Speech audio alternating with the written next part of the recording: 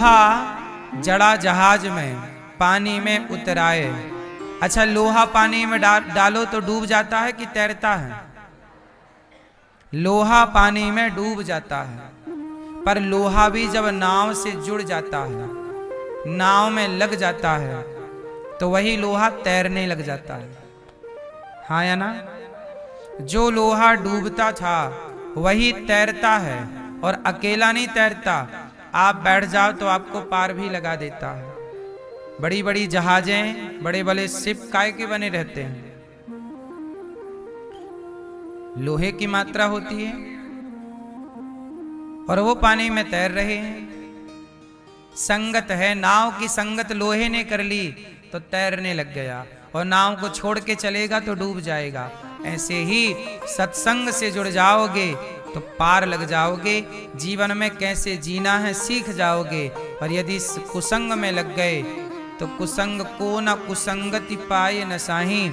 कैकई माता जो राम को अपना दूध पिलाती हैं, कैकई माता जो राम को चलना सिखाती हैं, कैकई माता जो राम से बहुत प्यार करती हैं, जो राम के बिना रहती नहीं हैं, वो कैकई माँ को कुसंग मिल गया मंथरा का, तो आप देख लो कैकई माँ भी बिगड़ गई कुसंग से। इसलिए बच्चों को कथाएं जरूर सुनानी चाहिए। तो तिवारी परिवार आप सुन रहे हैं, अपने बच्चों को सुना रहे हैं। साथ में हमारे डॉक्टर महेश चंद्र पाल जी, मैया मिथिलेश कुमारी पाल जी, आपकी सुपुत्री बेटा आपका श्री विवेक पाल जी, बहू श्रीमती श्वेता जी, पिताजी श्री शालिग्राम पाल जी और माताजी स्वर्गीय श्रीमती राम देवी जी, पिताजी श्रीमान सिंह पाल जी पाली जी और माता स्वर्गीय श्रीमती यशोदा देवी जी। इनकी स्मृति में ये कथा समस्त पाल परिवार की ओर से, आप हाथरस यूपी से हैं और इस कथा में डुबकी लगाकर अपने परिवार को, जीवन को कृतार्थ कर रहे हैं। भागवत सुनने से 21 पीढ़ी का कल्याण होता है। 7 पीढ़ी आपकी, आपके बेटे के बेटे के बेटे के बेटे की, 7 पीढ़ी आपके पूर्वजों की, पिता के पिता के पिता के पिता की, और 7 पीढ़ी आपके नाना पक्ष की। 7 7 7 21 पीढ़ी भागवत से तर जाती है। इसलिए जीवन में एक बार भागवत सबको जरूर सुननी चाहिए। 29 दिसंबर से 4 जनवरी तक भागवत जी की पोथी पाठ बैठेंगे। आप लोग भी नए वर्ष की शुरुआत भागवत जी के पाठ से, भागवत जी सुनते हुए शुरू करिए। और आप भी चाहें तो भागवत जी के पोथी पाठ करा सकते हैं। जीवन मिला है, कुछ अच्छे कार्य हम और आप करते ही चलें।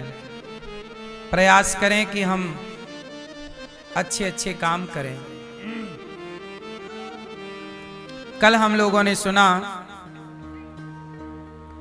कि भगवान श्री कृष्ण प्रकट भये माता देवकी के यहाँ।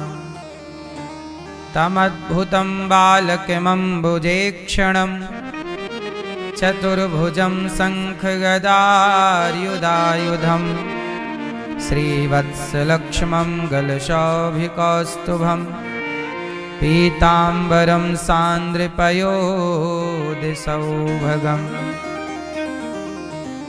तमद्भुतम, अद्भुत बालक प्रकट हुआ। भगवान कृष्ण जब प्रकट हुए ना मेरी माँ, अद्भुत थे। तमद्भुतम बालक, ऐसा बालक, तमद्भुतम बालक मम्बुजेक्षणम चतुर्भुजम। कितने हाथ हैं भगवान के? 4। एक हाथ में शंख, एक हाथ में चक्र, एक हाथ में गदा, एक हाथ में पद्म। सोचिए जरा, भगवान के हाथ में भी चक्र है, उनके हाथ में भी गदा है, उनके हाथ में शंख है और कमल, कमल भगवान के हाथ में है। वसुदेव जी ने कहा कि प्रभु आपकी जय हो, आप आ गए, पर हमें तो पुत्र की कामना थी, आप तो भगवान हैं। तब भगवान पुत्र छोटे से बन गए कन्हैया। 4 हाथ थे, 2 हाथ वाले कन्हैया बन गए बालक। भगवान श्री कृष्ण को लेकर के वसुदेव जी चले तो पांव की बेड़ियां खुल गईं। अच्छा, भगवान कृष्ण प्रकट कहां हुए? जेल में। भगवान को भी जेल में जाना पड़ा। क्यों? भगवान के पिताजी को भी जेल में रहना पड़ा। ये दुनिया बड़ी निर्दयी है, भगवान के पिता को भी नहीं छोड़ती। देवकी वसुदेव जेल में है बेचारे। क्या गुनाह किया देवकी वसुदेव ने? कोई गुनाह नहीं। देवकी का विवाह करके कंस जा रहा था, विदाई करने के बहन की विदाई। देवकी कंस की चचेरी बहन है। ये कंस कौन है?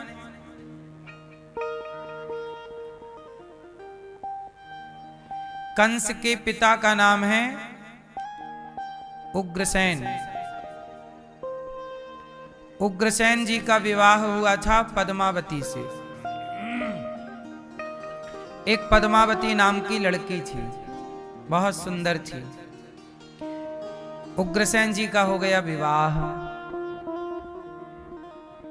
अब उग्रसेन जी पद्मावती के प्यार में हो गए पागल, जो कि सही भी है। पत्नी के प्यार में पागल हो जाना सही है कि नहीं?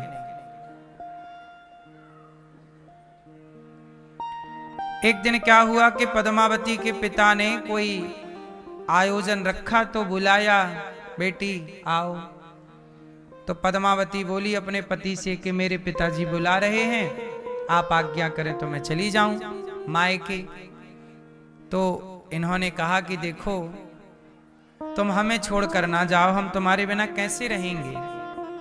पद्मावती जी को मनाया पति ने। कंस के पिता की ये घटना है। ये पद्मावती कंस की मां है होने वाली। अभी बताएंगे कंस कैसे आया। पद्मावती और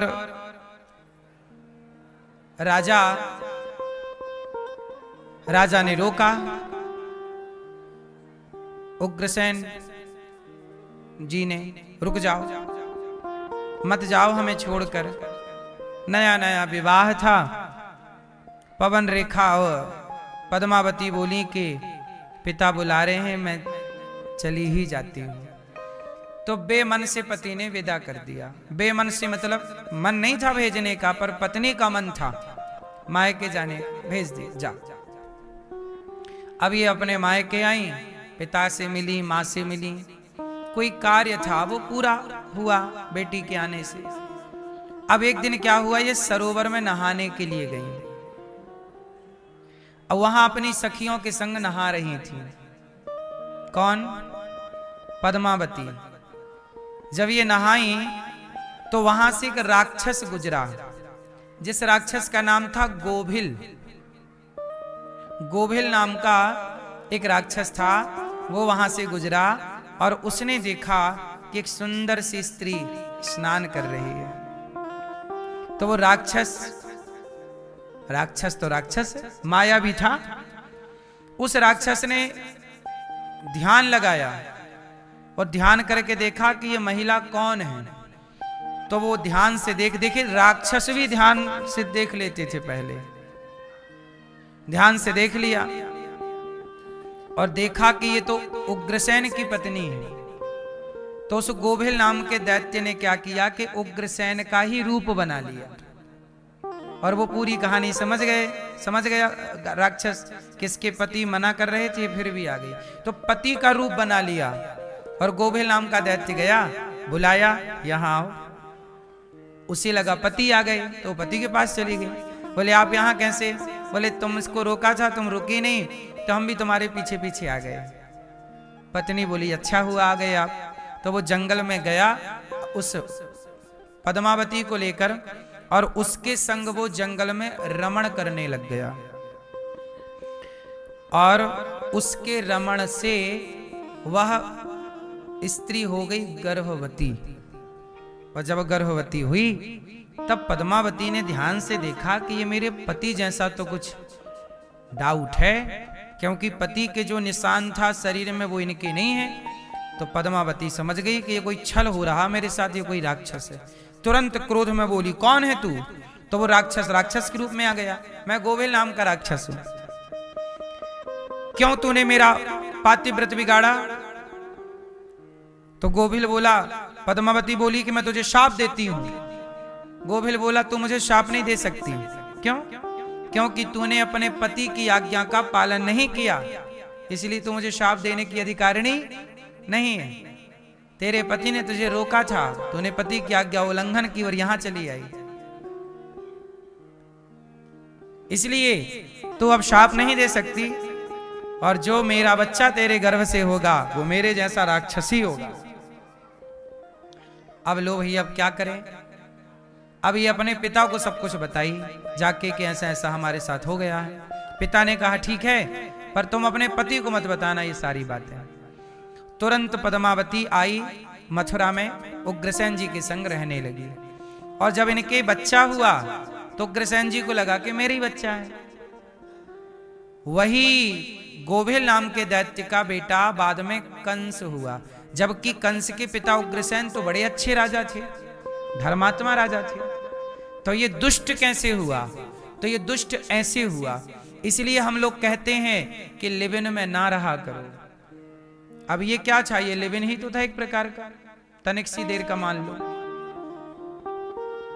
जब आप अपने पति के अतिरिक्त किसी और से संबंध बनाते हैं तो आप अपना पातिव्रत धर्म बिगाड़ लेते हैं। ये बात पुरुषों पर भी लागू है कि आप विवाह के पहले अन्य स्त्रियों के संग यदि संबंध बनाते हैं तो आप किसी श्रेष्ठ पुत्र के, श्रेष्ठ संतान के पिता या माता होने का गौरव नहीं पाते। आपके यहां फिर कोई राक्षस ही पैदा होगा, है ना? इसलिए अपने पति के सिवा आपका स्पर्श कोई ना करे, पत्नी के सिवा आपका स्पर्श कोई ना करे। इसलिए ये भारत चरित्रवानों का देश है।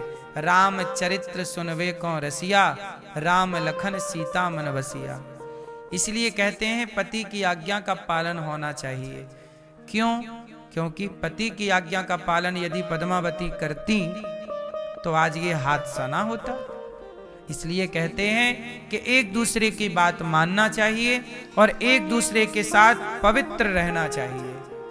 किसी और के साथ आपका मन है, किसी और के संग आप घूम फिर के आ जाएं और फिर अपनी पत्नी या पति के संग रहें, वह सही नहीं है। लोग करते हैं लेकिन ठीक नहीं है।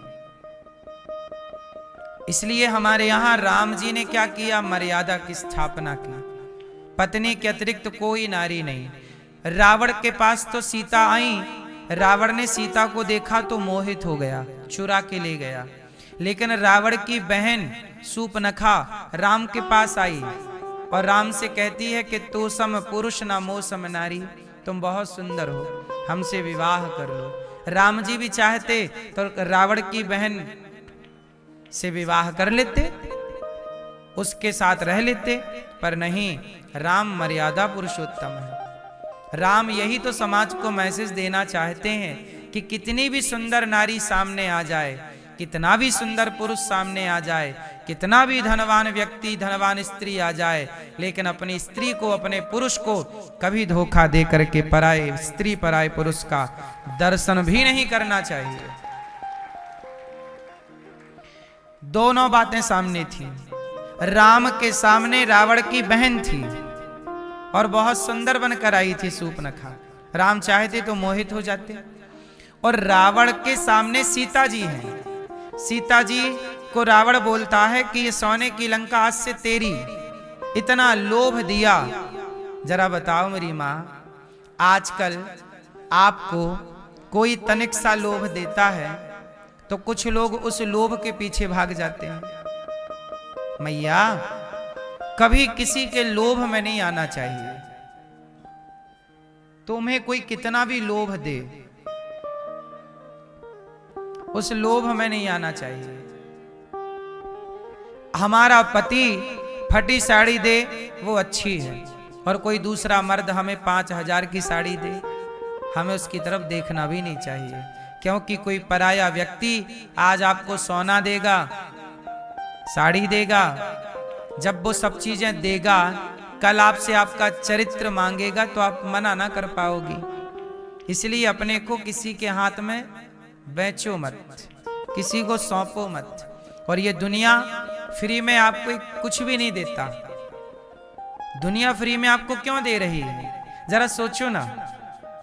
कोई आपको 50,000 का मोबाइल गिफ्ट कर रहा है, मान लो। आजकल लड़का लड़की क्या हो रहा बाजार में, गर्लफ्रेंड बॉयफ्रेंड में क्या चल रहा है? एक ने दूसरे को एक मोबाइल गिफ्ट कर दिया 50,000 का। एक लड़के ने एक लड़की को 50,000 का गिफ्ट दिया मोबाइल। लड़की खुश, मेरे बॉयफ्रेंड ने मोबाइल दिया। आज तुम्हें मोबाइल दिया है तो कल तुमसे मांगेगा जरूर कुछ, तुमसे तुम्हारा चरित्र मांगेगा। तुम मना कर पाओगी? क्योंकि गिफ्ट तो तुमने रख लिया। फ्री में कौन देता? मैं हमेशा एक लाइन कहता हूं ना, कोई आपसे प्यार क्यों करेगा? आपसे कोई प्यार नहीं करता। आप सुंदर हैं, शरीर अच्छा है, तो आपको 1000 आई लव यू मिल जाएंगे। आप सुंदर नहीं हैं, आपकी ओर कोई नहीं देखता। हाँ या ना? इसलिए अपने जीवन में शास्त्रों में एक छोटी सी कथा है। एक स्त्री थी, वो स्त्री, उसका हो गया विवाह, पति के संग रहती,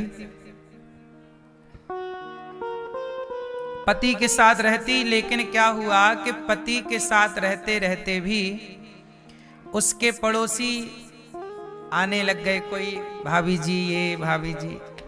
तो उस महिला को पड़ोसी जी कभी लाके साड़ी दे जाएं, कभी उसको लाके अंगूठी दे जाएं सोने की, कभी कुछ दे जाएं। और धीरे धीरे वो महिला वो उनका सामान लेने लग गई, अंगूठी, साड़ी इत्यादि चीजें। अच्छा, पति काम करने चले जाएं तो पति जब ना रहे तो पड़ोसियों से, अन्य पुरुषों से मिलने जुलने लग गई। और धीरे धीरे वो महिला अपने चरित्र को बिगाड़ बैठी। याद रखिएगा, आपका अधिक किसी से मिलना जुलना ठीक है, लेकिन आपने, आजकल लड़के लड़की क्या बोलते हैं, महाराज जी हमारा कोई प्यार व्यार नहीं है, हम तो फ्रेंड हैं, दोस्त हैं। क्या है हम लोग? कोई गड़बड़ झाला नहीं है, दोस्त है। लेकिन इन दोस्तों को एक गाना सुनाओ आप, इन दोस्तों को एक गीत सुना दिया करो कि दिल लगी ने दी हवा, थोड़ा सा धुआं उठा और आग जल गई, तेरी मेरी दोस्ती प्यार में बदल गई। है? ये जो कहते हैं कि कुछ गड़बड़ झाला नहीं है, केवल हम दोस्त हैं, तुम्हारी दोस्ती कब प्यार में और प्यार के बाद कब दुष्कर्म में बदल जाए, वैलेंटाइन डे बस आने दो, ये सारी दोस्ती धरी रह जाती है, डॉक्टरों के चक्कर लगाने लग जाती हैं। फिर कुछ बहनें के पेट में गुड़गुड़ हो रहा है?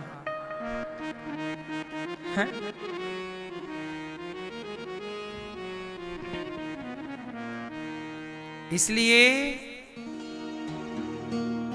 दोस्ती किन से होनी चाहिए? क्या राम की रावण से दोस्ती सही थी? बोलो, क्या राम के दोस्त रावण जैसे हो सकते हैं? नहीं। दोस्त किसे बनाना चाहिए? क्या आपका कोई दोस्त आतंकवादी हो सकता है? आप जो आतंकवादी है, क्या आप उसे अपना दोस्त बना सकते हैं? फिर जो देश से गद्दारी कर रहा है, क्या आप उसे दोस्त बना सकते हैं? नहीं मेरी मां, राम चरित्रवान है तो आप देख लो, राम के जितने दोस्त हैं वो भी चरित्रवान ही हैं। राम की रावण से नहीं बनी। क्यों नहीं बनी? क्योंकि दोनों की विचारधारा अलग अलग है। दोस्त हमेशा विचारधारा से बनते हैं, इसलिए दोस्ती उनसे ना कीजिएगा जिनकी दोस्ती कल दुष्कर्म में बदल जाए, क्योंकि इसमें नुकसान आपका होगा। तो इसलिए मेरी बहनों, कोई आपको कितना भी महंगा गिफ्ट दे, मत लिया करो। आपके पिताजी, आपकी मां जो आपको दें वो आपके लिए अच्छा है, क्योंकि दुनिया आपको खरीदना चाहती है। आप बिकाऊ हैं तो ऑफर मिल जाएंगे आपको। कितना कीमत लगा रहे हो अपनी, है ना? 1,50,000 में 2 लाख 4 लाख का गिफ्ट कोई दे आपको और आप बिक गए, तो आपने अपने को नहीं बेचा, आपने अपना चरित्र बेच दिया है उसे। इसलिए अपनी कीमत बढ़ाओ, इतनी कीमत बढ़ा लो अपनी कि धरती में कोई आपको खरीद ना सके, है ना? आपको कोई खरीद ना सके। इतना मजबूत आपका चरित्र होना चाहिए, इतने पवित्र आपके विचार होना चाहिए कि आपकी ओर कोई आंख उठाकर ना देख सके। ये हर बहन और हर भाई के लिए है, पुरुषों के लिए भी है, स्त्रियों के लिए भी है। अब एक पत्नी थी, उसके पति बाहर चले जाएं तो वो पड़ोसियों से वो रहने लग गई गलत संगति में।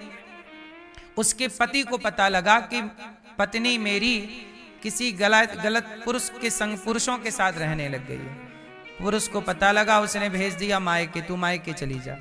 मायके में उसके माँ बाप समझाएंगे तो शायद ठीक हो जाए, पर वो आदत तो बिगड़ गई। पराये पुरुष का एक बार नशा लग जाए किसी को, पराई स्त्री का नशा लग जाए किसी को, तो व्यक्ति फिर जल्दी छूटता नहीं। यह भी एक नशा है मेरी माँ। शराबी को शराब का नशा, गंजेड़ी को गांजा का नशा, जुआड़ी को जुए का नशा, तो पराई स्त्री पराये पुरुष का भी एक नशा ही है। कहते ना, भूख 2 प्रकार की होती है। एक पेट की भूख होती है। पेट की भूख तो जल्दी से भोजन, रोटी खा लो, दाल सब्जी खा लो तो मिट जाती है। पेट की भूख मिट जाती है दाल चावल सब्जी रोटी से। पर एक भूख और होती है जो चमड़ी की भूख होती है। पेट की भूख तो मिट जाती है, पर चमड़ी की भूख मिटाए मिटाए नहीं मिटती। इसलिए चमड़ी की भूख के कारण ही तो रावण का सर्वनाश हो गया। रावण को कौन सी भूख लगाई? बोलो। चमड़ी की भूख। शरीर में क्या है? चमड़ा, चमड़ी ही तो है। आज के लड़के लड़कियां, एक स्त्री पुरुष एक दूसरे के प्यार में पागल हैं। ये प्यार में पागल हैं कि चमड़े के लिए पागल हैं? प्यार तो बहाना है, पागल काहे के लिए है? चमड़ा के लिए। चमड़े की भूख है, और यही भूख सर्वनाश करती है, अच्छे अच्छों को गिरा देती है ये भूख। रावण जैसे ज्ञानियों को सर्वनाश के घाट तक पहुंचा दिया इस भूख ने। इसलिए कहता हूं, अपनी पत्नी में खुश रहा करो, अपने पति में खुश रहा करो। पराई स्त्री पराई पुरुष को मत देखना। उदाहरण आप समझो ना, रावण जैसों का सर्वनाश हो गया जो इतना पावरफुल था। दुर्योधन जैसों का सर्वनाश हो गया, पराई औरत के कपड़े ही तो उतारा था ना, वहीं से तो उनके सर्वनाश की शुरुआत हो गई। हाँ या ना? द्रौपदी को कपड़े, क्या बोला दुर्योधन ने? कपड़े उतार दो, इसे निर्वस्त्र करके मेरी जांघ में लाकर बिठाओ, मेरी गोद में लाकर बिठाओ। एक पराई औरत को निर्वस्त्र करके अपनी गोद में बिठाना चाहता है दुर्योधन। दुर्योधन को भी तो भूख लगाई ना, चमड़े की, हो गया सर्वनाश।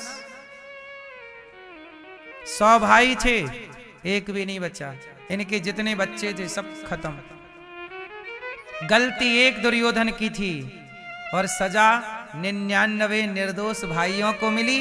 और 99 भाइयों के 1-1, 2-2, 4-4 जो बच्चे रहे होंगे सब मारे गए। धृतराष्ट्र जी जब मरे तो उन्हें कोई चिता पे आग लगाने वाला नहीं बचा। 100 बेटे थे ना, 100 बेटे धृतराष्ट्र के, 100 बेटे थे तो बेटों के बेटे कितने रहे? 100 के आप 2-2 भी मानो तो 200 हो गए। किसी के 4 थे, किसी के 3 थे, किसी के 5 थे, किसी का 1 था। लेकिन देखो, गलती एक दुर्योधन की, नाश सबका। गलती एक रावण की, नाश सबका। गेहूं के संग कौन पिसता है? मेरी मां अपने बच्चों को चरित्रवान बनाइएगा। 1 क्लास कम पढ़ेंगे चलेगा, पर चरित्रवान होंगे ना तो पक्का खरा सोना रहेगा। इसलिए प्राण जाए तो जाए पर चरित्र ना जाए। चरित्र राम चरित्र सुनबे कौन रसिया, राम लखन सीता मन बसिया। आप कहते हैं कि धन गया तो कुछ नहीं गया, धन गया तो कुछ नहीं गया, स्वास्थ्य गया तो थोड़ा सा गया, कुछ गया, पर चरित्र गया तो सब चला गया। चरित्र चला जाए आपका तो फिर आपके पास कुछ नहीं बचा। ये बात सही है कि गलत है? इसलिए हम भारतवासी हैं। अमेरिका के लोग चरित्र की वैल्यू नहीं करते, वहां चरित्र नहीं है, वहां केवल चित्र है। वहां तो हर साल, हर 2 साल के अंदर स्त्री पुरुष अपना बदलते रहते हैं, पति पत्नी। वहां सारी जिंदगी में आदमी एक पुरुष वहां पर मरने तक कम से कम 10 स्त्रियों के संग रह चुका होता है। वहां की स्त्रियां भी ऐसी ही हैं विदेशों में। वहां चरित्र नहीं है। चरित्र की बात यदि कहीं है तो पूरी दुनिया घूम के आइएगा। भारत में विधवा स्त्रियां मिलती हैं। भारत में कैसी स्त्रियां मिलती हैं? विधवा। आप पूरी दुनिया घूम के आइए, आपको कोई विधवा स्त्री नहीं मिलेगी। क्यों? वहां कोई विधवा होती ही नहीं है। एक गया तो दूसरा जिंदाबाद, दूसरा गया तीसरा जिंदाबाद। लेकिन हमारे भारत में देखिए कि पति मर जाए तो उसी की विधवा रह करके सारी जिंदगी गुजार देती हैं। हमारी अपनी मौसी है, मेरी अपनी मौसी अभी हैं, अत्यधिक वृद्धावस्था आ गई है उनकी। मेरी अपनी बड़ी मौसी, सबसे बड़ी मौसी, तो 5 हमारी मां 5 बहनें हैं, तो 4 मौसी हो गई हमारी। तो जो हमारी सबसे बड़ी मौसी है, वो मौसी का विवाह हुआ और विदाई नहीं हुई थी। पहले क्या था कि विवाह हो जाता था और विदाई नहीं होती थी। विदाई होती थी 2 साल बाद, 3 साल बाद, सुना है पुराना सिस्टम। तो हमारी मौसी का विवाह तो हो गया पर मौसी की विदाई नहीं हुई। और खबर आ गई कि हमारे मौसा जी उस समय जब वो 15-16 साल के थे, हमारी मौसी 12-13 वर्ष की रही होंगी। पहले विवाह जल्दी हो जाता था। तो हमारे मौसा जी की हो गई मृत्यु किसी कारणवश। हमारी मौसी जी ने उन्हें देखा भी नहीं ठीक से। पहले कहाँ मंडप के नीचे घूंघट डाल के बिठा दे, ब्याह हो गया, पता ही नहीं कि ब्याह हो गया। छोटी बच्ची को क्या पता। जरा सोचिए कि हमारी मौसी ने अपने पति को स्पर्श तक नहीं किया, टच नहीं किया, एक उंगली से स्पर्श भी नहीं किया और विधवा हो गई। और उन्हीं की विधवा रहकर आज भी हमारी मौसी हैं। आज तक उनके चरित्र पर कोई दाग नहीं लगा, पूरी जिंदगी गुजार दी। अब तो अत्यधिक वृद्धावस्था, पूरी जिंदगी गुजार दी। ऐसी स्त्रियां पतिव्रता नारियां हैं, चरित्रवान स्त्रियां हैं। ऐसा चरित्र आपको कहीं देखने को मिलेगा तो केवल भारत में देखने को मिलेगा। इसलिए भारत चरित्रवानों का देश है। लेकिन आज इस चरित्र की कहाँ वैल्यू है? आज के लड़का लड़की तो इन बातों को यूं ही समझते हैं कि इसमें क्या है। आज तो देखो वो देह को ही सब कुछ मान बैठे हैं कि जी कोई बात नहीं, एक नहीं दो, दो नहीं तीन, चल रहा है, यही चल रहा है। इसलिए आपकी बेटी, आपका बेटा चरित्रवान बने। चलो आजकल क्या होता है, पुनर्विवाह होता है। ठीक है, आज के समाज की मजबूरी है कि जवान लड़की विधवा हो गई तो उसका कहीं अच्छा सा लड़का देके फिर से ब्याह कर दिया जाता है। ठीक है, लेकिन जब तक आप अपना पति है तब तक तो आप अपने पति के अतिरिक्त कोई और ना चिंतन कीजिए। पत्नी है तब तक तो किसी और का चिंतन ना कीजिए। चलो चला गया या चली गई कोई, तो पुनर्विवाह एक व्यवस्था रही है समाज की, जिस व्यवस्था को राजा राम मोहन राय जी ने स्थापित की। लेकिन फिर भी आपका पति है, आपकी पत्नी है, तो आपको क्यों किसी और की तरफ देखना है? अपने को चरित्रवान बनाइए ना। आप किसी और से नजरें मत मिलाइए, आप अपने से नजरें मिलाइए। आप किसी और को मत कहिए कि मैं सही हूं, आप अपने से कह के बताइए कि आप सही हैं कि आप गलत हैं। क्योंकि जवाब आपको आपको जवाब मुझे नहीं देना और मुझे जवाब आपको नहीं देना, हम दोनों को जवाब ईश्वर को देना है। और जिसे जवाब देना है वो हर समय देख रहा है कि क्या सही है और क्या गलत। हमसे क्या छिपाओगे, आपसे हम क्या छिपाएंगे? चलो आपसे हम छिपा लें, आप हमसे छिपा लो, पर भगवान से तो किसी का कुछ ना छिपना है।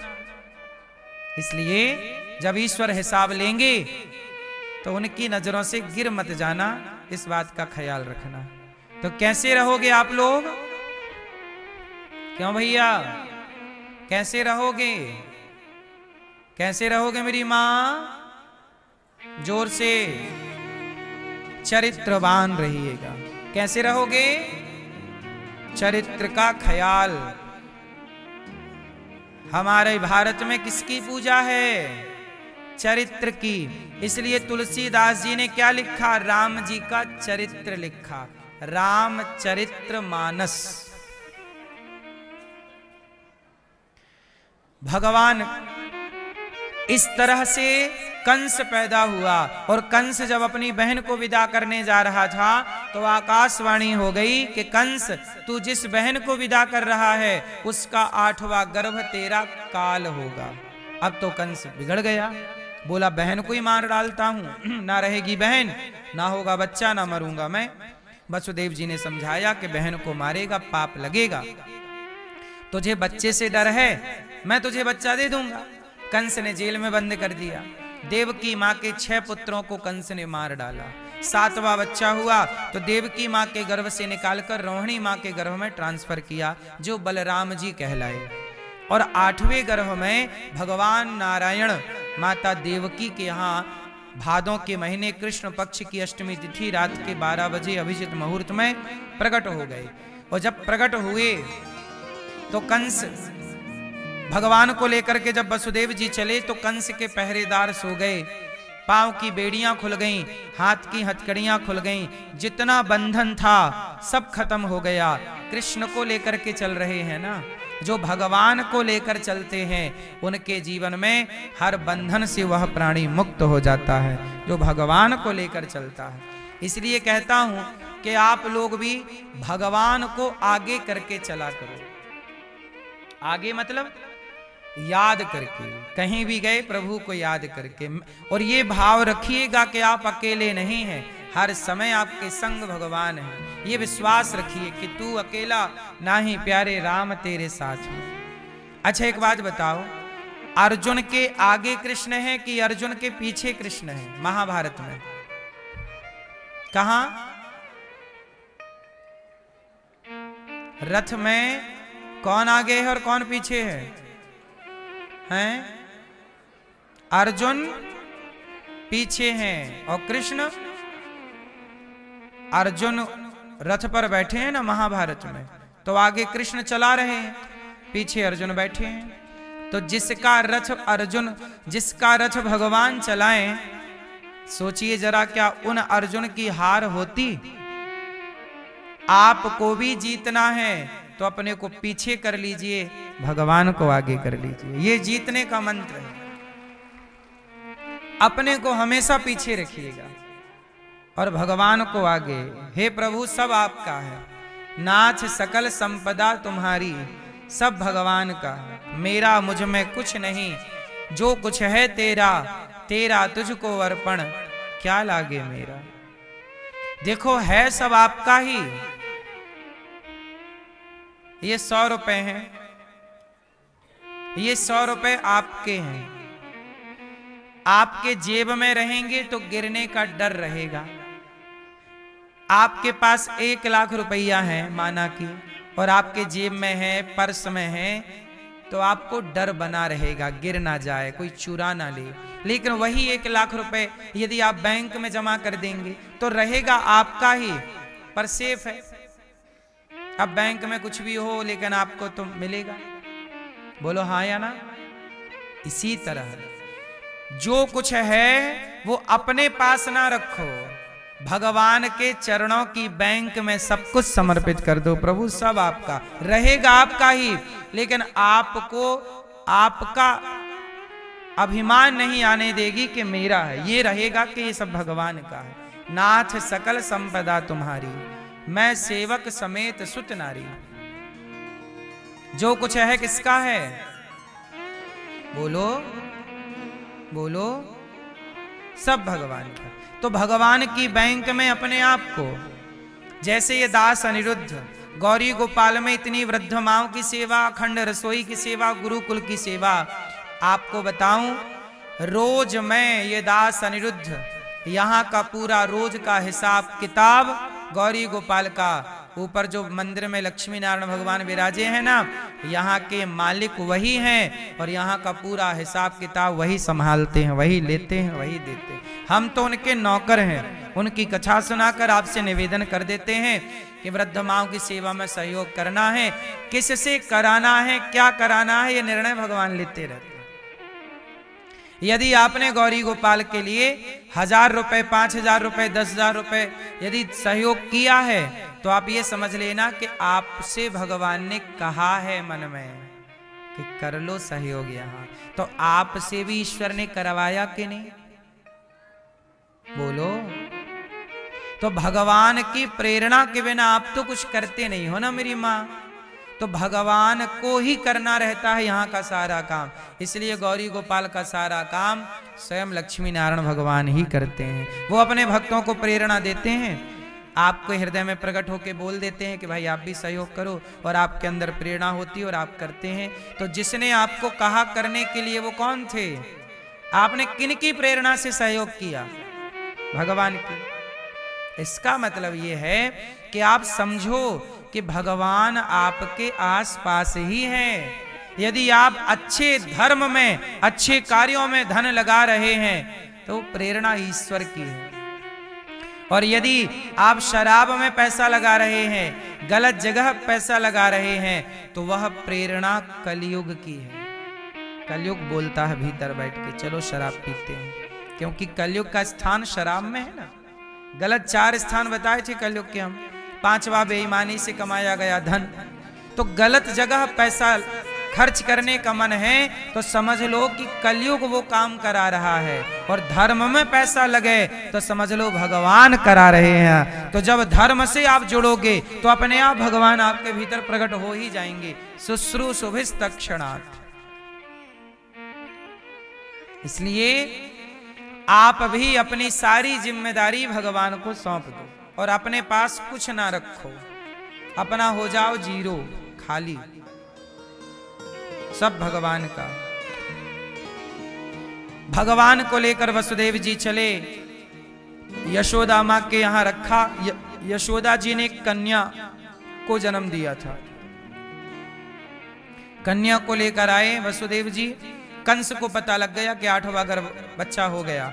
पता लगा ये तो लड़की है, तो भी पत्थर पर पटकना चाहा। कन्या हाथ से छूटकर आकाश में चलेगी। कंस तू हमें क्या मारेगा? तुझे मारने वाला प्रकट हो गया। वही कन्या जो हाथ से छूटी वही दुर्गा कहलाई, और वही विंध्याचल पर्वत पर जाके विराजी, जिन्हें आज हम लोग विंध्यवासिनी मैया कहते हैं। तो दुर्गा कौन है? भगवान कृष्ण की बहन। ये योग माया है। भगवान की एक शक्ति का नाम है माया। ए मैया, ओ सेल्फी वाली मैया, देखो देखो मस्त फोटोग्राफिंग चल रही है। कर लो कर लो कर लो, नहीं खींच लो मैया, ऐसे ना जाओ मेरी माँ, फोटो ले ही लो।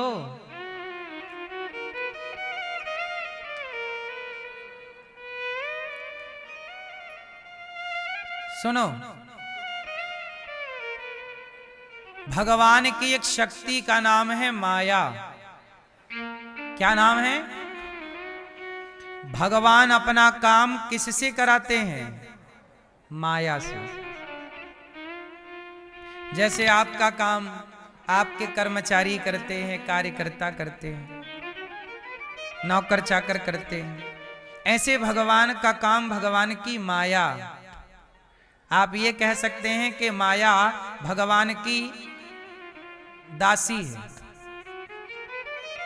माया कौन है? भगवान की दासी है।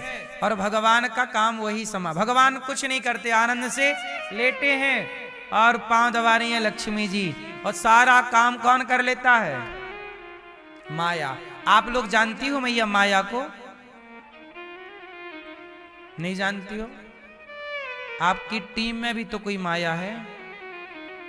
नहीं है? सुनो, माया किसे कहते हैं? लोग कहते हैं ना माया। मैया बताओ मेरी माँ, माया किसे कहते हैं? हैं? सब ना बोलेंगे, एक एक से। ये मैया बताएंगी चश्मा वाली कुर्सी पे बैठी है। माया किसे कहती है मेरी माँ? माया हैं? पड़ोसन से पूछ लो, चलो।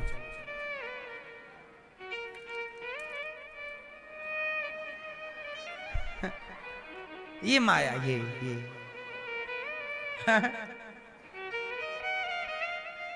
आप बताओ ऑरेंज मैया हैं? क्या? पैसा। हाँ, कुछ लोग इतनी गलत फहमी में हैं, पैसे को ही माया समझते हैं। सुनो, पैसा भी माया है, पर माया क्या है ये जान लेना बहुत जरूरी है। पैसा भी माया है, पर माया का स्वरूप कुछ और है। जब बताऊंगा तब आपकी समझ में आएगी। आप जानते हो माया? माया आप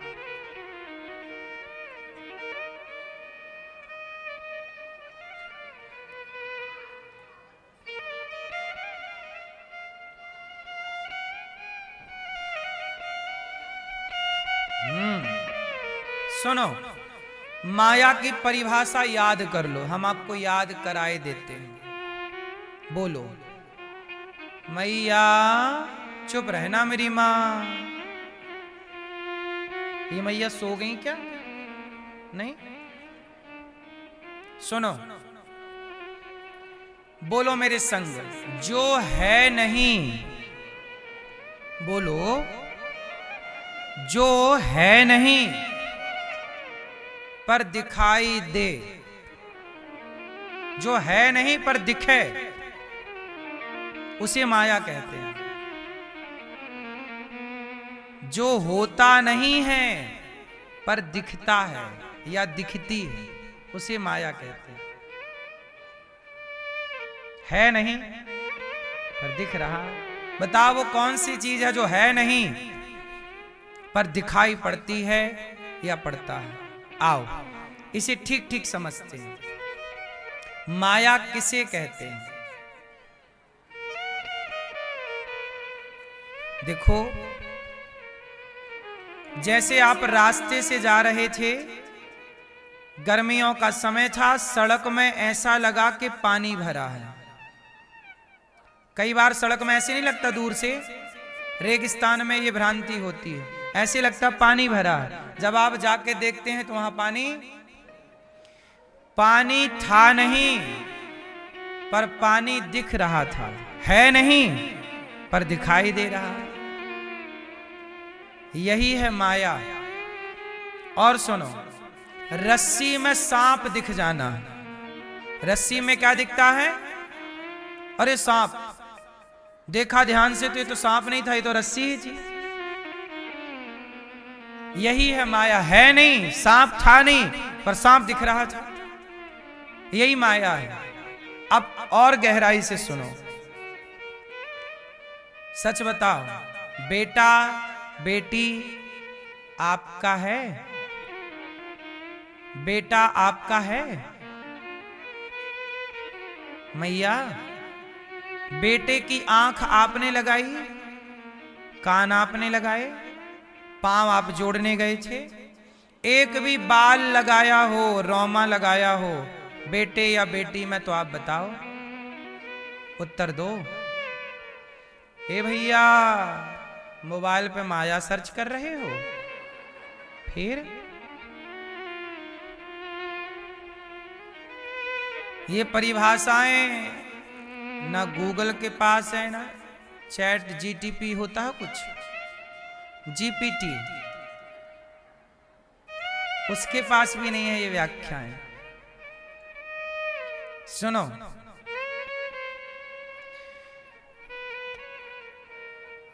आपके बेटे में एक भी रोमा आपने लगाया हो, किसी ने तो बताओ। सारा डिजाइन किसने किया है आपके बच्चे को? उसे रूप रंग किसने दिया है? किसका है वो?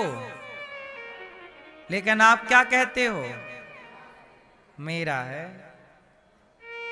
यही माया है, जो आपका है नहीं पर आपका सा लगता है। जो आपका है नहीं, आपका है, तो कितने बच्चे चले जाते हैं, आपका था तो रोक लेते। आपका कुछ भी तो नहीं है ना मेरी मां, तो बताओ ये माया है? आपका है नहीं पर आपका सा लगता है कि मेरा बेटा है, मेरी बेटी है, पर आपका है नहीं। अच्छा ये बताओ, ये आंख किसकी है? आपकी। तो आपकी आंखों में कम दिखने लगा तो आपने रोक क्यों नहीं लिया? शरीर आपका है तो बुढ़ा हो रहा है, रोका क्यों नहीं? क्यों बुढ़ा होने दे रहे हो आप लोग? बाल पक गए, रोका क्यों नहीं? इसका मतलब आपके शरीर पर भी आपकी कोई जोर जबरदस्ती नहीं चलती। आपका शरीर भी आपका नहीं है। बोलो हाँ, आपका है नहीं पर आपका सा लगता है। जो है नहीं पर दिखता है, ये शरीर अपना है नहीं पर अपना सा दिख रहा है, यही माया है। बात समझ में आई कि नहीं? तो बेटा भी माया है, बेटी भी माया है, ये शरीर भी माया है। क्योंकि कुछ भी अपना, जिस घर में आप रहते हो क्या कहते हो? मेरा घर है। लेकिन उस वो घर में सच बताओ, वो आपका है नहीं पर दिखाई पड़ता है। मेरा है नहीं पर मेरा सा दिखता है। यही है माया। सारी जिंदगी आप गलत फहमी में रहे कि मेरा है, मेरा है, पर आखिरी में पता चला कि मेरा तो जिस घर में मैं था 50 साल से, वो मेरा नहीं था।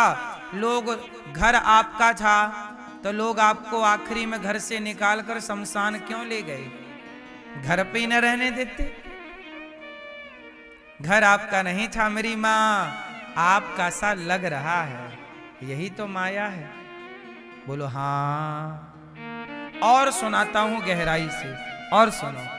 एक बार मैया चुप पैटा बैठो मेरी माँ, मैया चली माया का पता लगाने।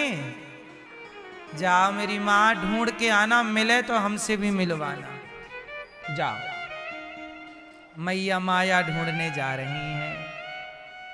सुनो, एक बार नारद जी ने कहा कि हे प्रभु, द्वारिकाधीश भोजन कर रहे थे, नारद जी आ गए। नारायण नारायण। तो भगवान बोले नारद जी आओ, आप भी प्रसाद पाओ। दोनों जन बैठे, रुक्मणी मैया ने दोनों को परोसा, नारद जी और भगवान कृष्ण दोनों प्रसाद पाए। दोनों प्रसाद पाए तो नारद जी बोले भगवान से, हे प्रभु, मैंने सुना है आपकी माया बड़ी प्रबल है, एक बार माया का दर्शन कराओ, क्या होती है ये माया, मैं भी आपकी माया देखना चाहता हूँ। भगवान बोले पहले खा लो फिर बताएंगे। दोनों खाए और खा के भगवान समुद्र के किनारे किनारे चलने लग गए, टहलने लगे। नारद जी बोले प्रभु अब बताओ ना माया कहाँ है, क्या है। भगवान बोले चलो आगे बताएंगे। चलते चलते घंटे भर बीत गए। भगवान काफी दूर निकल गए। वहां एक जंगल था। जंगल में एक पेड़ की छांव में भगवान बैठे और भगवान बोले नारद जी बड़ी प्यास लगी है, आप पानी ले आओ, मैं पानी पीऊं, फिर इसी पेड़ के नीचे मैं आपको अपनी माया दिखाऊंगा और दर्शन कराऊंगा। आपको माया देखना? हाँ दिखाता हूं, पानी जरा एक गिलास लेके आओ। अब नारद जी पानी की तलाश करने निकले जंगल में। तो देखा तो दूर एक गांव नजर आया। अब देखना माया कैसी है और क्या है। नारद जी को भगवान माया का दर्शन करा रहे हैं, ध्यान से सुनिएगा। नारद जी गए, एक गांव था, उस गांव में नारद जी पानी की तलाश में पहुंचे। प्यास लगी है ना भगवान को, पानी की तलाश में पहुंचे तो वहां पर कुआं था। उस कुएं में कुछ महिलाएं पानी भर रही थी। नारद जी बोले देवी पानी मिलेगा? तो जिस महिला, जो स्त्री पानी भर रही थी, कुएं से बाल्टी से निकाल रही थी, उसने नारद जी की ओर पलट कर देखा। तो नारद जी ने जब उस स्त्री को देखा तो वो स्त्री बहुत सुंदर थी। नारद जी उस स्त्री पे मोहित हो गए और नारद जी उस स्त्री से बोले कि पानी मिलेगा। उसने बाल्टी से पानी दिया। नारद जी ने इस तरह से पानी अंजलि में लेकर के पिया। अब नारद जी पानी तो पी रहे हैं पर टुकुर टुकुर उस स्त्री को देख रहे हैं और वो भी नारद जी को देख रही है।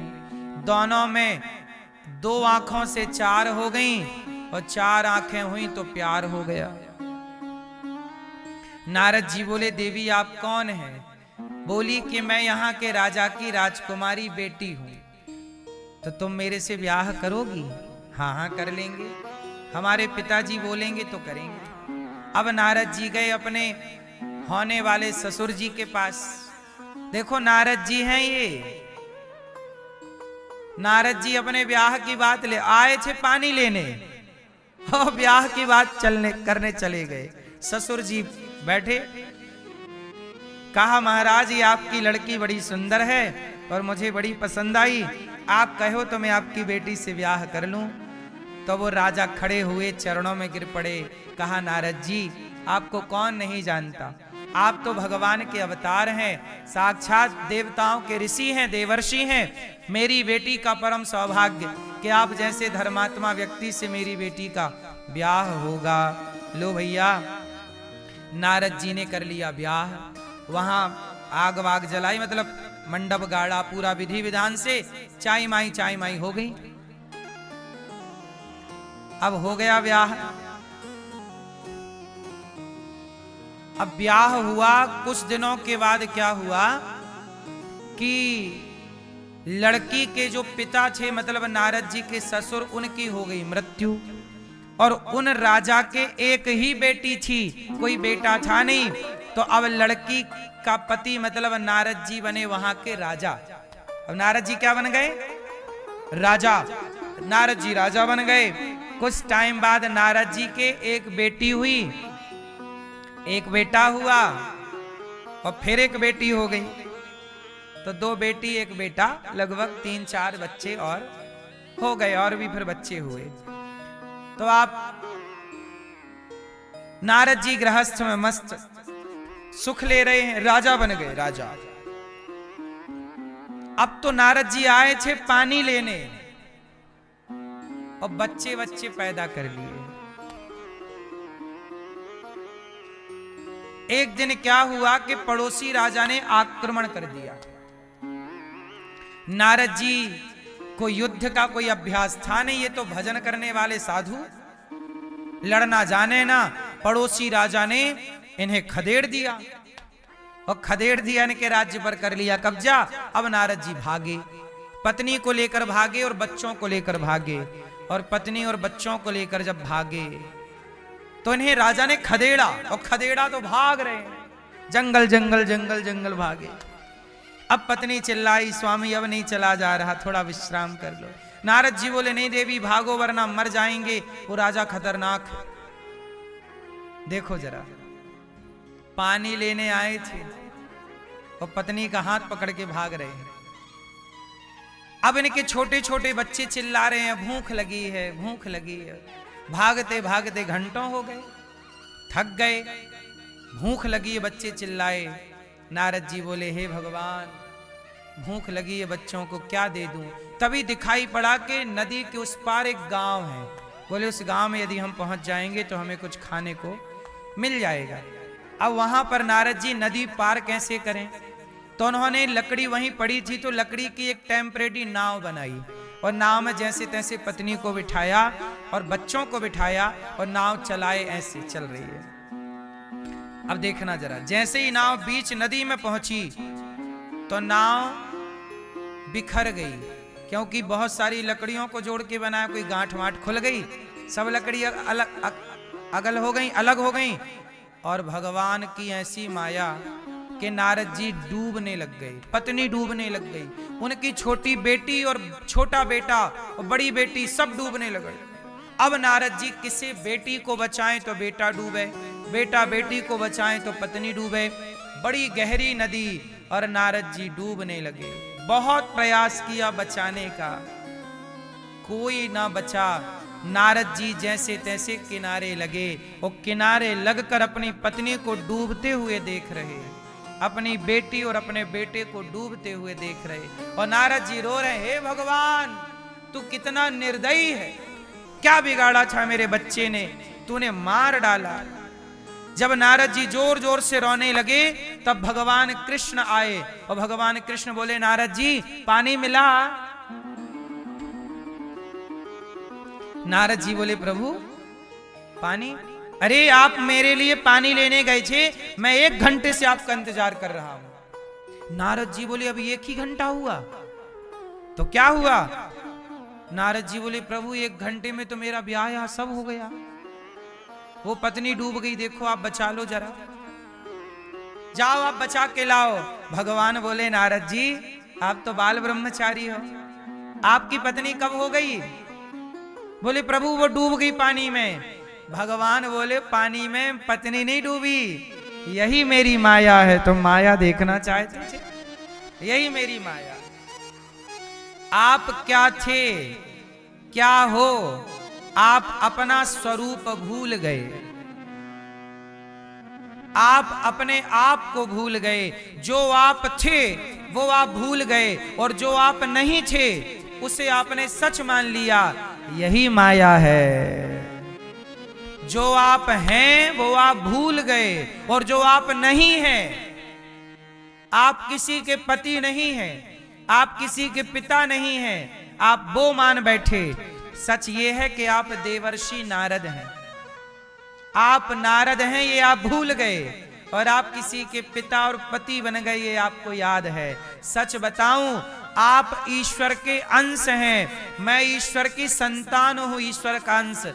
मैं भूल गया कि मैं ईश्वर का अंश हूं, और मैं जगत में उलझ के जगत के किसी का पति बनकर, किसी का पिता बनकर ये सच मान बैठा हूं कि मैं इसका पिता हूं, इसकी पत्नी हूं, इसका पति हूं, इसका पुत्र हूं।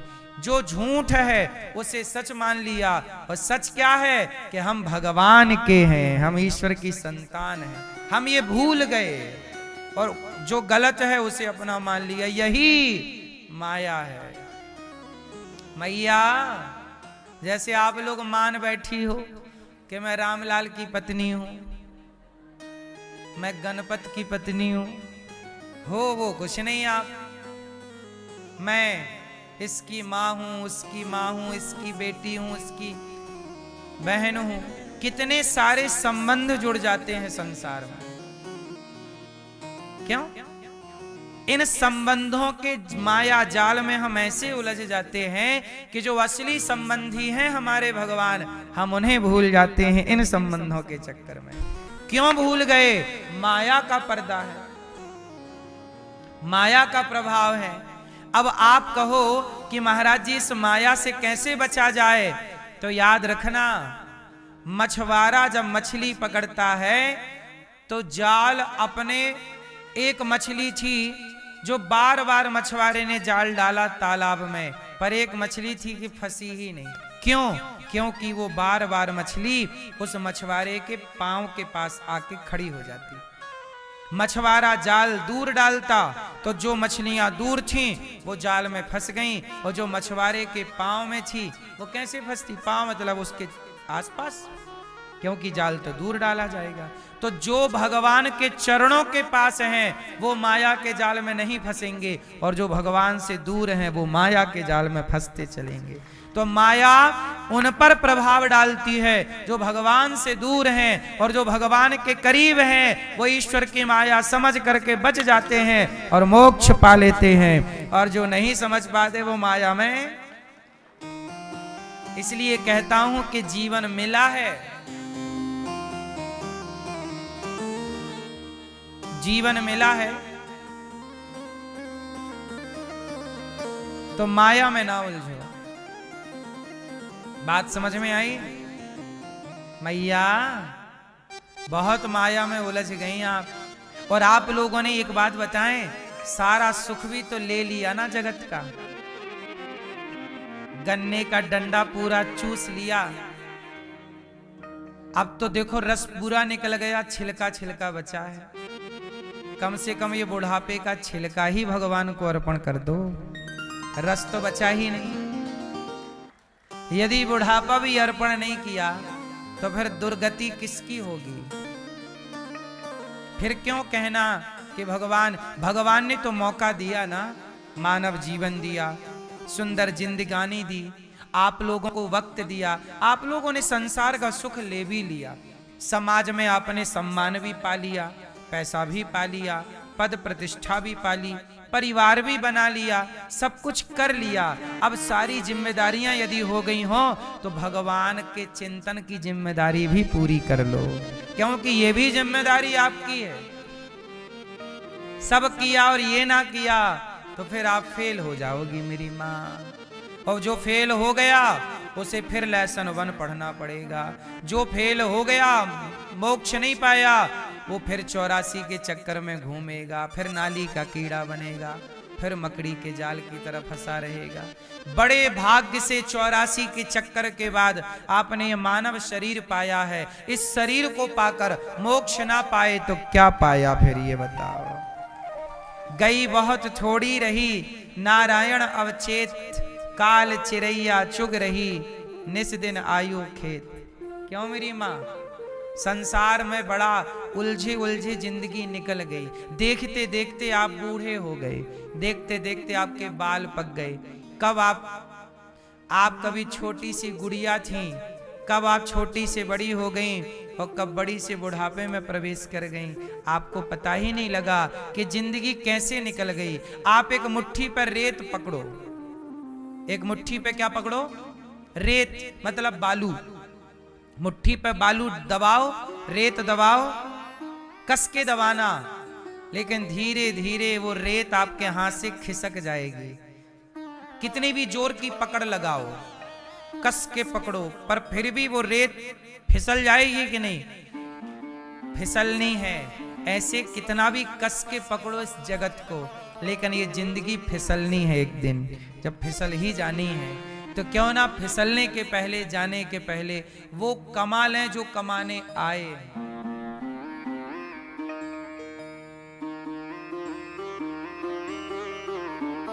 हाँ, क्या लेके आया बंदे, क्या लेके जाएगा, क्या लेके आया बंदे, क्या लेके जाएगा। 2 दिन की जिंदगी है, 2 दिन का मेला।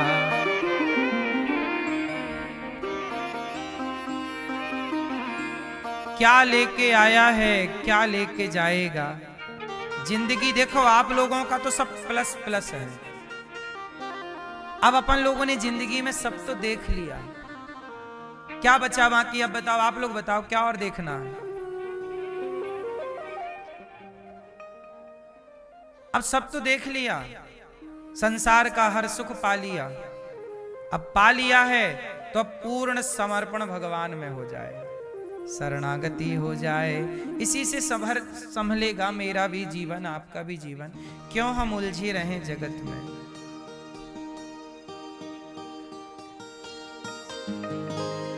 जगत से संबंध बहुत बना लिए, अब भगवान से रिश्ता जोड़ लो हमारे। हमारे 2 ही रिश्तेदार। आप लोगों ने तो पूरी बाजार लगा रखी।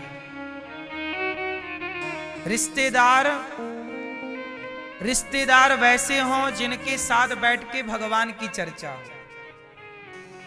दोस्त फ्रेंड सर्कल वैसा हो जिनके संग बैठ के चर्चा किसकी हो। चलो आज वृंदावन चलते हैं, ऐसे दोस्त होने चाहिए। चलो आज सत्संग करते हैं, ऐसे दोस्त होने चाहिए। ऐसे ना हो कि चलो आज शराब पीते हैं, चलो आज किट्टी पार्टी में चलते हैं। ऐसे ना हो कि आप जगत में ही उलझे रहो, है ना मैया। आजकल तो हमारी कुछ मैयाएं भी दारू पीने लग गई हैं, सुना है मैंने। सही है कि गलत है? चाय में मिलाती हैं। आपने चाय में मिला पिया है? नहीं, हम आपसे पूछ रहे हैं कि कुछ महिलाएं दारू पीने लग गई। ये बात सुना है मैंने, सही है गलत राम जाने। सही है। अब सोचो कि महिलाओं की भी संगति बिगड़ गई, पुरुषों की तो बिगड़ी ही थी। अब महिलाएं भी, मैयाएं भी बिगड़ जाएंगी, पुरुष भी बिगड़ जाएंगे, तो इस देश का क्या होगा।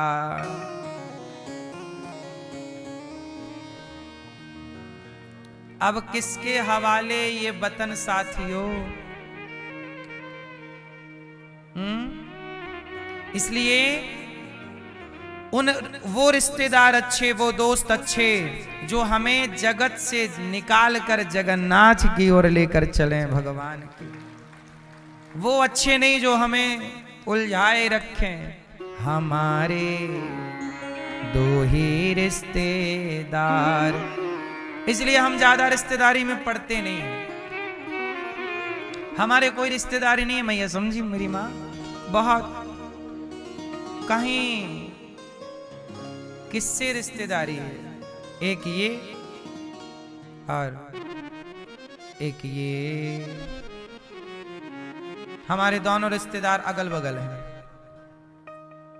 बोलो हाँ।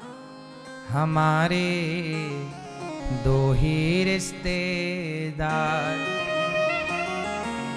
एक हमारी राधा रानी, एक हमारी राधा रानी, और दूजे बांके बिहारी सरकार।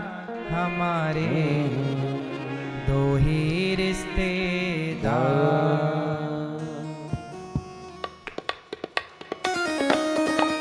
जय हो।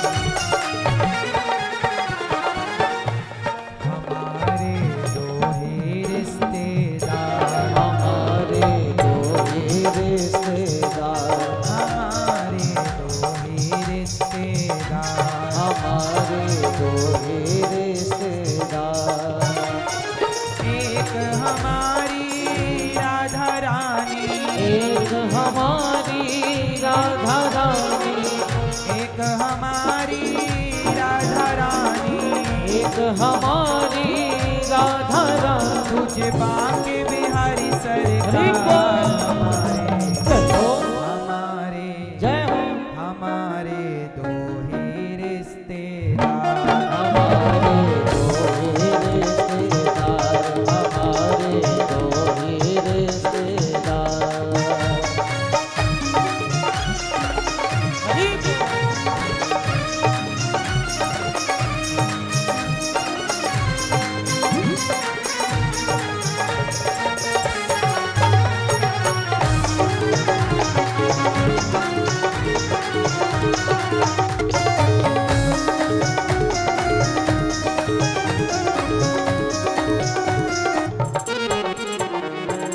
सेठ हमारे बाके बिहारी, आसेठ हमारे बागे बिहारी, सेठानी ब्रस भानु दुलारी, सेठानी वृषभानु दुलारी, जो कोई जपता राधे राधे, जो कोई जपता राधे राधे, जो कोई जपता राधे राधे, जो कोई जपता राधे तो राधे।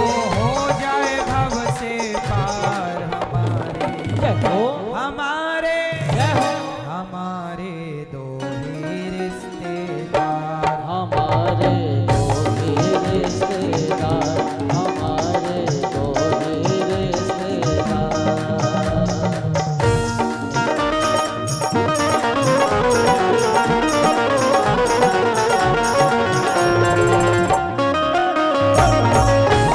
जय हो,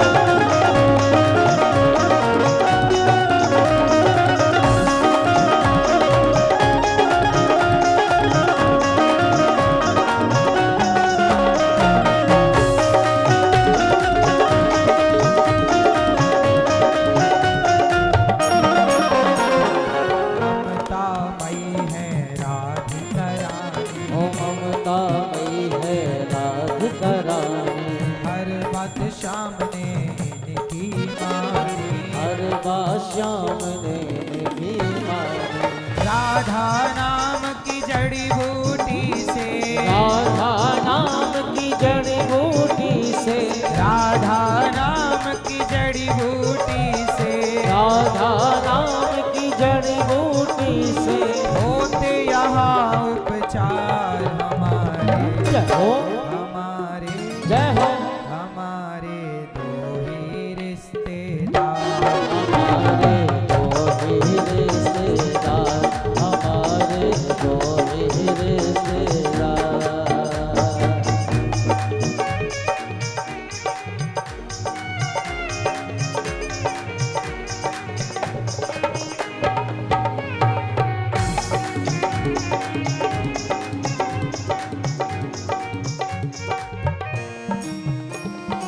ना कोई चिंता ना कोई टेंशन, ना कोई चिंता ना कोई टेंशन, ना कोई चिंता ना कोई टेंशन, ना कोई चिंता ना कोई टेंशन। राधा नाम है दिल में मेंशन, राधा नाम है दिल में मेंशन। सुनिए मेरी माँ, ना कोई चिंता ना कोई टेंशन, ना कोई चिंता ना कोई टेंशन। टेंशन लेने का नहीं क्यों, राधा नाम है दिल में मेंशन, राधा नाम है दिल में मेंशन। भरी सभा में कह सकते हैं, हरी सभा में कह सकते हैं, हरी सभा में कह सकते हैं, हरी सभा में कह सकते हैं। आई लव यू सरकार हमारे, जय हो, हमारे जय हो, हमारे दो ही रिश्तेदार, हमारे दो ही रिश्तेदार, हमारे दो ही रिश्तेदार, हमारे दो ही रिश्तेदार, हमारे दो ही रिश्तेदार। एक हमारे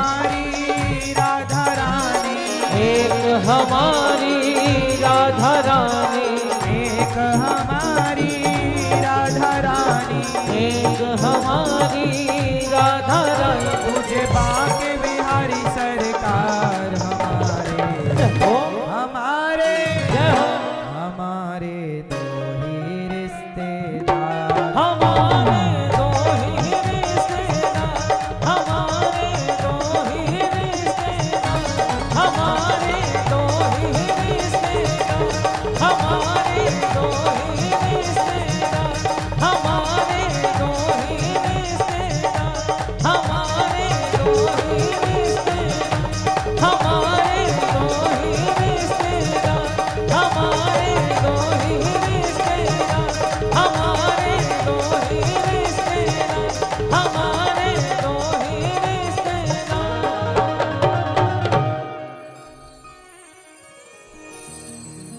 ना कोई चिंता ना कोई टेंशन, राधा नाम है दिल में मेंशन, भरी सभा में कह सकते हैं, भरी सभा में कह सकते हैं, आई लव यू सरकार हमारे दो ही रिश्तेदार। तो ज्यादा चक्कर में पड़ने का नहीं, भगवान हमारे हैं इतना समझ लो बस। भगवान को नारद जी को भगवान ने क्या दिखा दी? अपनी माया। माया बड़ी प्रबल है, सबको पकड़े बैठी है माया। भगवान में मन लगेगा तो माया से मन हटेगा, तब माया आपका प्रभाव। इसलिए जिनकी आंखों में माया का पर्दा पड़ा है, इसलिए तो वो कहते हैं कि भगवान कहाँ है? मंदिर में भगवान नहीं दिखते, मूर्ति दिखती रहती है। माया का पर्दा हटेगा तब थोड़ा भक्ति का प्रभाव पड़ेगा, तब कुछ दिखेगा, वरना तब तक तो व्यक्ति अंधा है। आपको क्या लगता है आपकी आंखें हैं? अरे जिन्होंने जगत को देखा, जगत में जगन्नाथ को ना देखा, वो सब अंधे ही तो हैं। उन आंखों का क्या जिन आंखों से भगवान का दर्शन ना हो? उन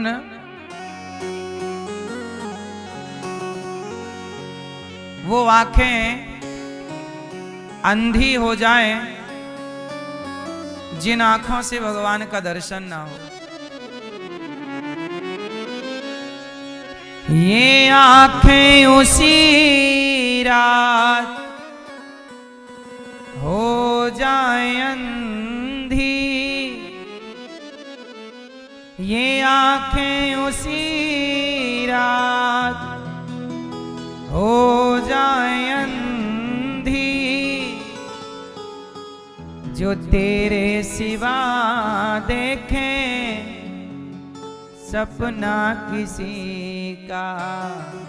हे कन्हैया, मैं जिस दिन भुला दूं तेरा प्यार दिल से, वो दिन आखिरी हो मेरी जिंदगी का। भगवान को नहीं देखा इन आंखों से, क्या देखा? भगवान अपनी माया से हम सबको बचाएं, यही प्रार्थना है। भगवान का उत्सव ब्रजमंडल में नंद के आनंद भयो, जय कन्हैया लाल की खूब बधाई हुई, खूब बधाई बजी। कि बधाइयाँ चल ही रही थी कि पूतना मौसी आ गई। पूतना लोक बालघनी राक्षसी रुधिरासना, जिघांसया पहरये स्तनं दत्वापसद्गतिम्। पूतना